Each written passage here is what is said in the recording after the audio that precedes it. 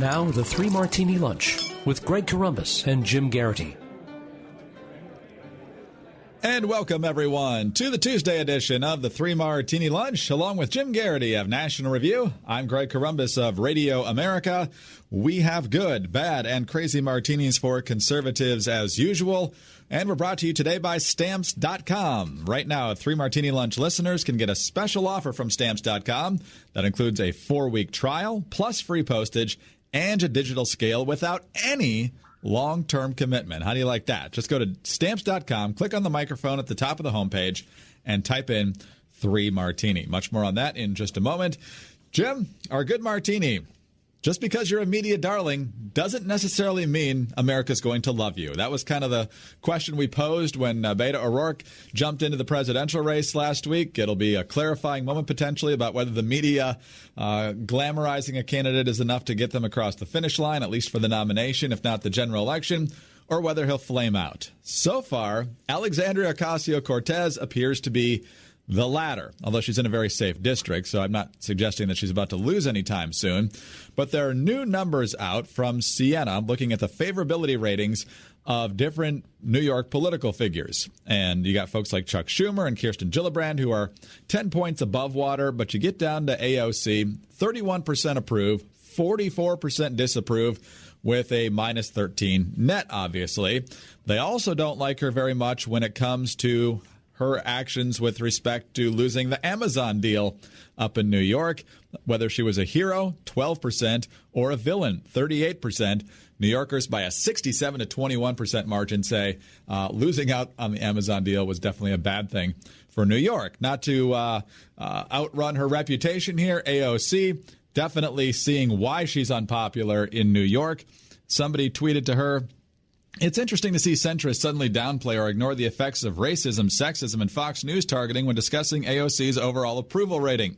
She tweets back, "When centrists care more about the GOP base than the Dem base, bigotry gets legitimized. This is the playbook. GOP does it with virtually every Democratic figure who isn't a white male, otherize, demonize, and splinter. It's vital that we adapt and dismantle the approach, not cow to it." So, Jim, clearly she's unpopular because she's a woman and she's a minority, not because her ideas are insane. Well, Greg, the exact same poll has Bill DeBlasio, kind of foreshadowing one of our other martinis today. 34% approve, 50% disapprove. That's a minus 16 score there. And that's even worse than hers. So is it racism or is it sexism that's holding back DeBlasio? Or Fox News, I suppose, or something like that. And this is a somewhat reassuring poll because it's one of those things where you realize politicians really don't go before the public and say, since we're talking about New York, as Ed Koch used to say, "How am I doing?" All that often. We all, Alexandria Ocasio-Cortez had that really surprising primary victory.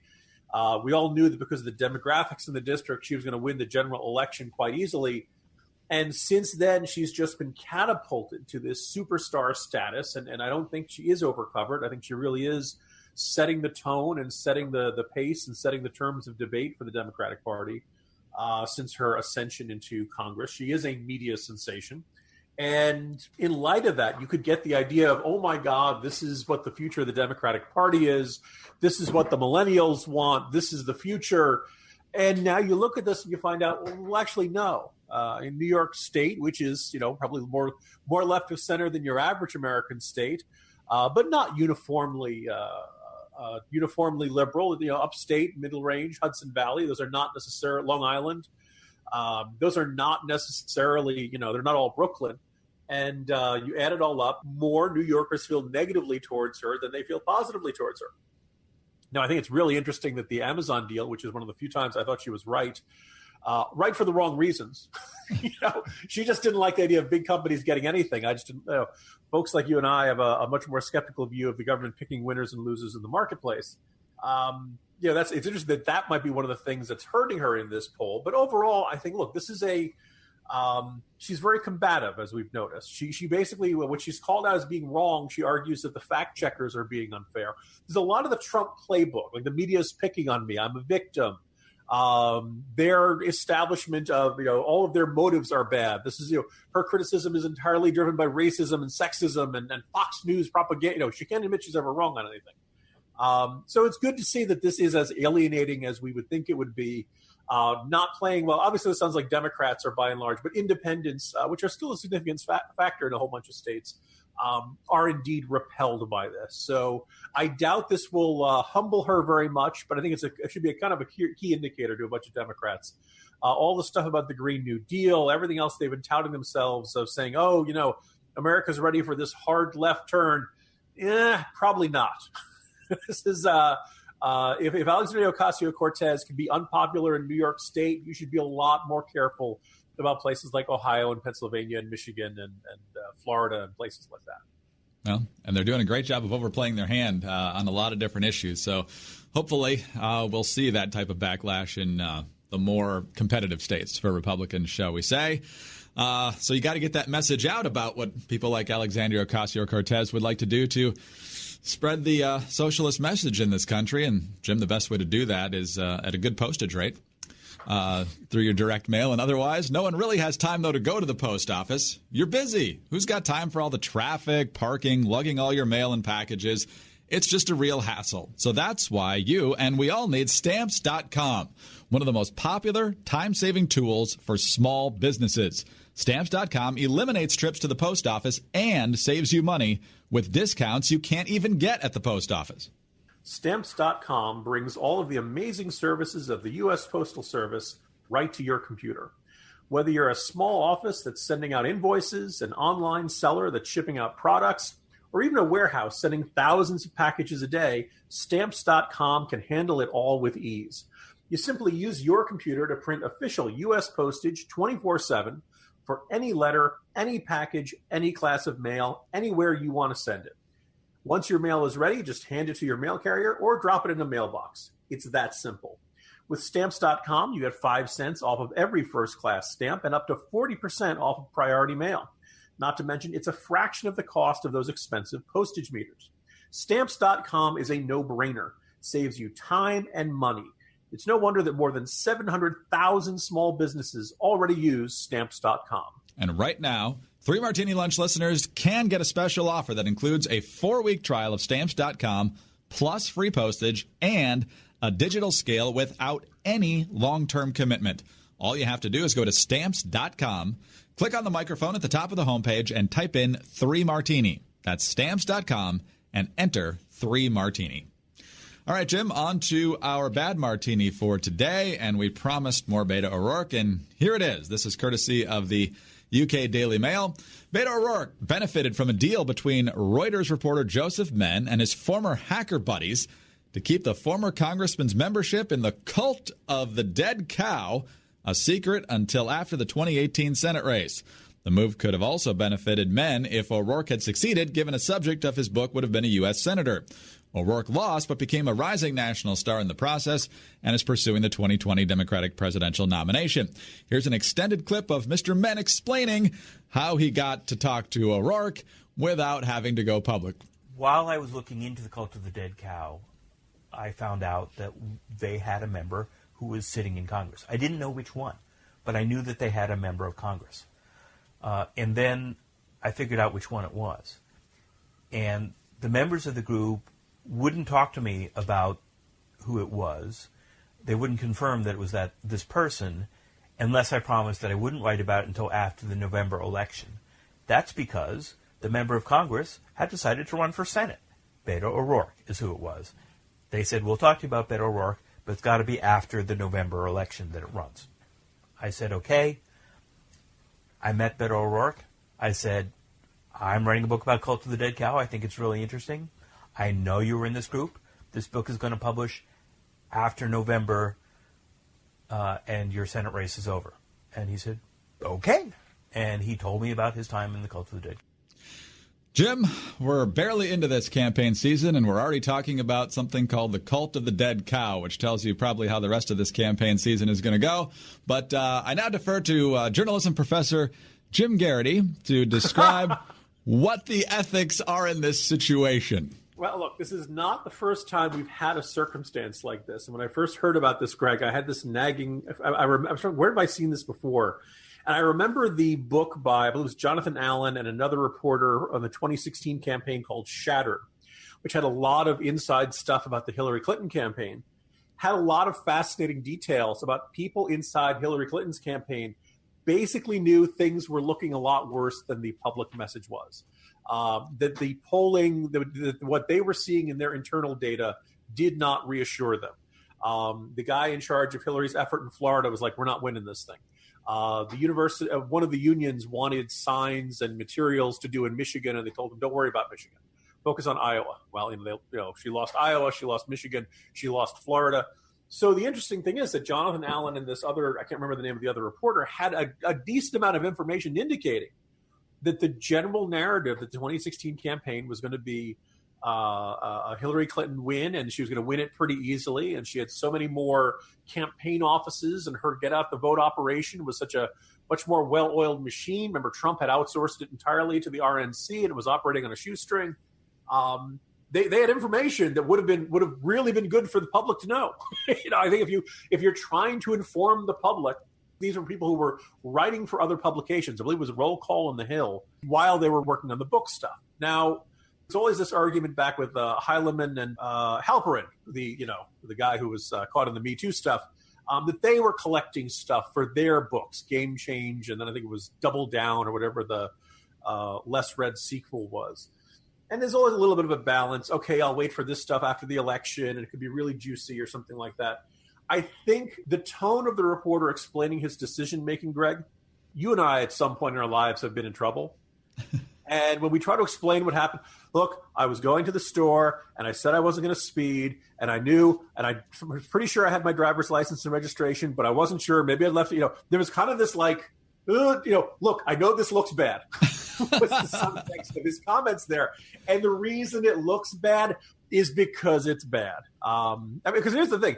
A member of Congress used to be a part of a hacking group, but the hacking group won't say which one. That's a great story, right? That all of a sudden would, I guess the question is, do you want to write a great book about a topic, or do you want to write a great article about a topic? And if you choose to hold it back for the book, fine. But you've now made it, in this sense, you've created a deal with the devil, right? You are now in cahoots. You are now in bed with the devil, so to speak, because you've decided to withhold information from the audience until after the election. And your first indication that this might affect the outcome of the election, Greg, is the fact that he doesn't want you to reveal it before the election. Right? If Beto O'Rourke thinks this information is damaging, you can't just say, this is not of interest to the public or something like that. It does not look good. And here's the other thing. If we've seen these sorts of, I want to write the behind the scenes story. The news weeklies used to do this sort of thing where they would get access behind the scenes for the last 72 hours of the campaign. And the reporters would not worry, the campaign wouldn't worry about it, because Time or Newsweek or U.S. News World Report, whatever, weren't going to have their next issue until after Election Day. So even if they saw the candidate in a drunken tirade or something really unflattering, it wasn't going to come out until after the election, and then you could kind of reveal all that stuff. This is bad. This way. And here's the thing: if we had a sort of a history of reporters doing this sort of thing for both sides of kinds of campaigns, fine. We don't have examples of that, and the sneaking suspicion is that if Reuters found out that a Republican congressman was a hacker in his youth and had apparently wasn't it part of scamming the phone company to get free phone calls or something like that. This was not all totally harmless, defacing websites or something like that. This is more of that rebellious young Beto O'Rourke. It goes well with the DOI and burglary charges.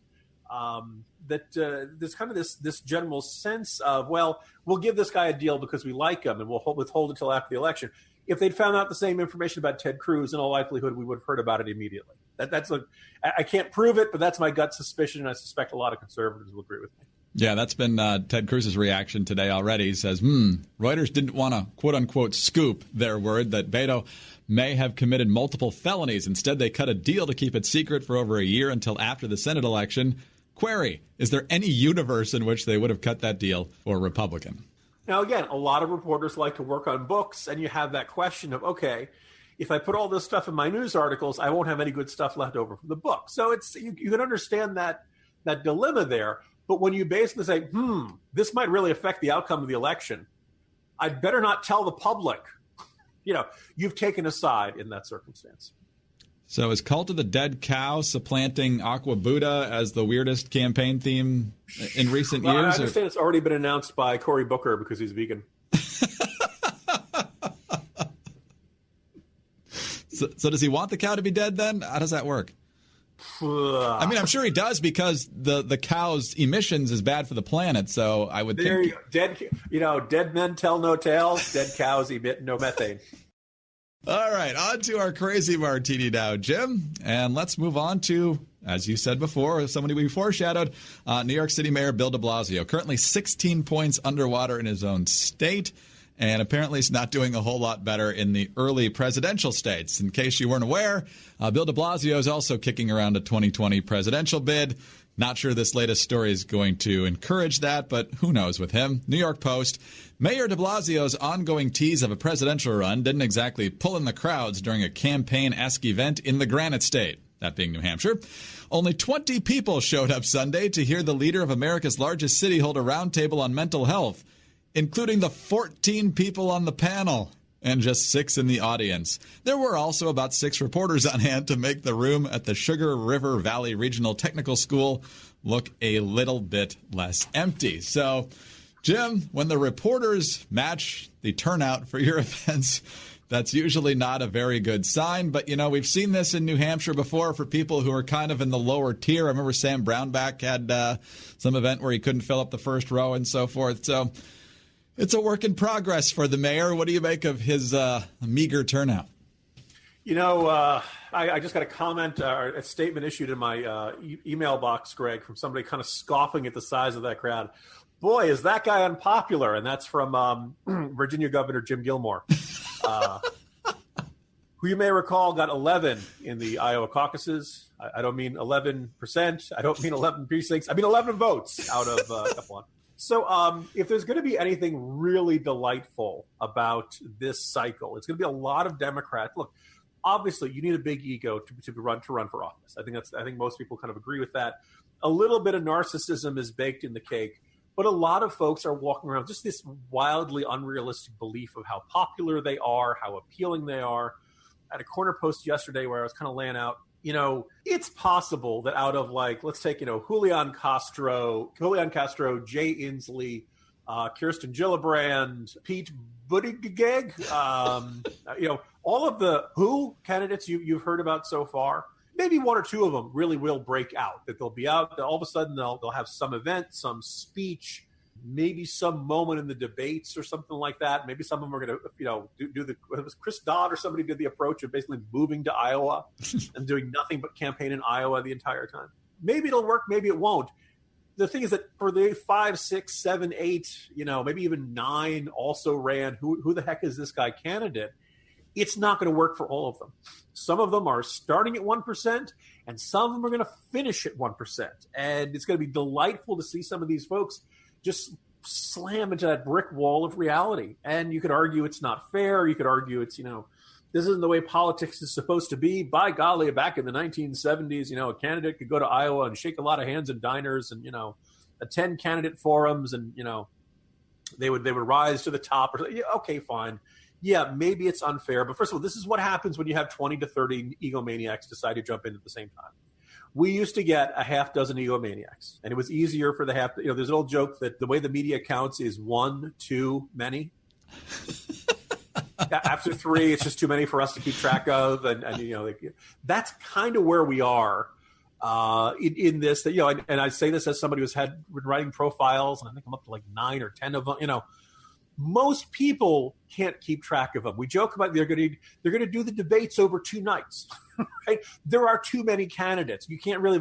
Most of you don't belong. I'd love to moderate one. Boy, let's just get that campaign started, Greg. Oh yes, a lot of fun. Okay, attention candidates.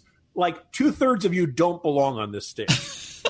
So my goal tonight is to get to humiliate at least 6 or 7 of you so that you get laughed off the stage and you end this waste of time and money as quickly as possible.